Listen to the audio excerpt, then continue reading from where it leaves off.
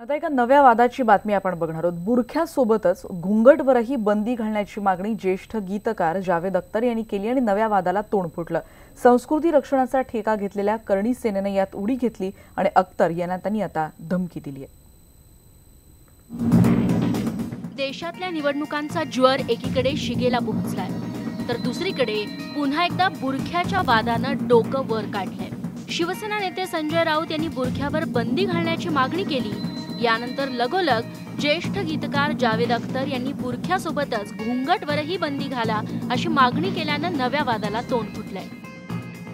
6 मेच्या राजस्थानमधील मतदानापूर्वी घुंगट प्रथेवर बंदी घालण्याची मागणी जावेद अख्तर यांनी केली आणि राजपूत संस्कृतीचे रक्षक म्हणवणाऱ्या करणी सेनेनं जावेद अख्तर यांना खुलेआम धमकी दिली आहे।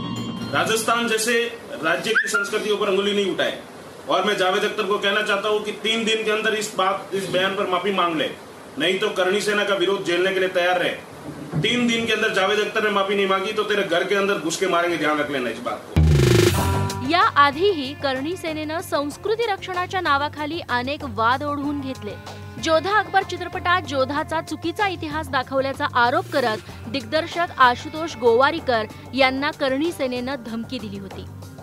पद्मावत चित्रपटावेळीही दिग्दर्शक संजय लीला भन्साळी यांना सेटवरती मारहाण करण्याचा प्रयत्न करण्यात आला। तर मणिकर्णिका चित्रपटात चुकीचा इतिहास दाखवल्याचा आक्षेप घेत अभिनेत्री कंगना राणावतला धमकी देण्यात आली।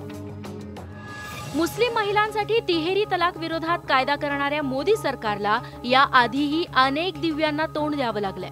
बुरखा किंवा घुंगट असो, या दोन्ही पेहरावांचा संबंध वर्षानुवर्ष स्त्रियांचं शील, मर्यादा, संस्कृतीशी जोडला गेलाय।